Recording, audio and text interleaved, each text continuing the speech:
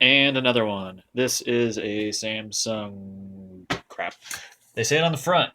S22B310. And it is a 22-inch, or technically a 21.5-inch LED backlight LCD monitor. And this one I've had for a while as well, but not as long as the other one. This one has a bad connection on one of the ribbon cables that go to the panel, and it's completely unrepairable, especially by me. Anyway, so we turn it on, and it doesn't need a signal, and we get these lovely lines. There's about that's got to be a good dozen pixels there at least, or more. I don't know how big that. Whatever. Sucks because this is a nice 1080p screen. Like I said, it was an LED backlight. It's pretty new. And what actually went wrong at some point, whenever it went wrong, I can't get it out. Crap. Well, here, look at my wall, or my floor there. What went wrong is this. There we go. Okay. You got your main board. This one uses an external little brick power supply. It doesn't have a power supply board in it.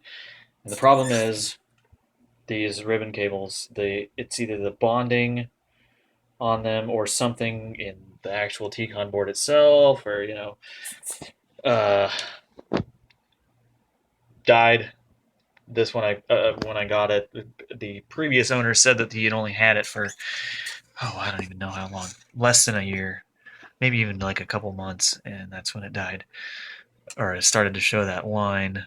This one, well, okay, sometimes on these, if you have that problem, if you have a line going down, or maybe across too, I don't know, you can push on these ribbon cables where they're bonded to the board. And they're also bonded on the front, like around the corner onto this surface.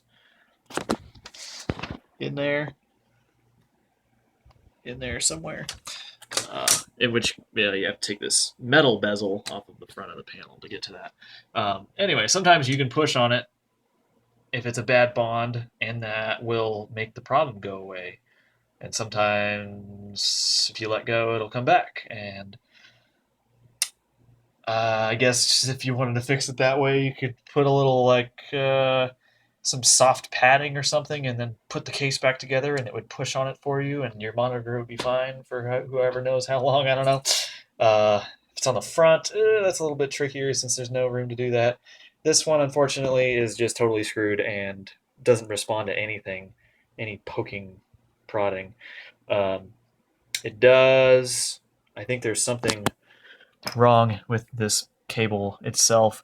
It gets really hot right there in the middle, and there's this little, I don't know what it is, like a little chip thing in there, little bar, and that gets super hot.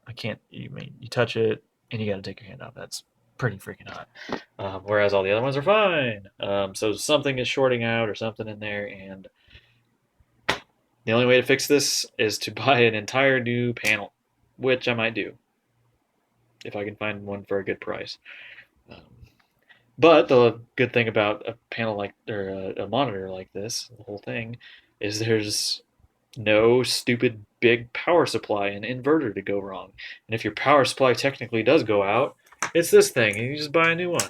You don't have to crack it open and replace and diagnose and do all this crap. Usually logic boards don't go out on these things, on monitors, and stuff like that. And if they do, good luck trying to diagnose that on a component level. Anyway, so I am hoping maybe I can find a new panel for this one and get it running, because it'll be so much more energy efficient than this stupid Samsung over here. This one, I think it gets hotter coming out of this top than this iMac does, like feeling the tops of them. So, thing is annoying. And since it's summer, It gets pretty hot in here sometimes. So, anyway, bad bonding or bad cable or something, it's unfixable on this model, on this monitor, on this one.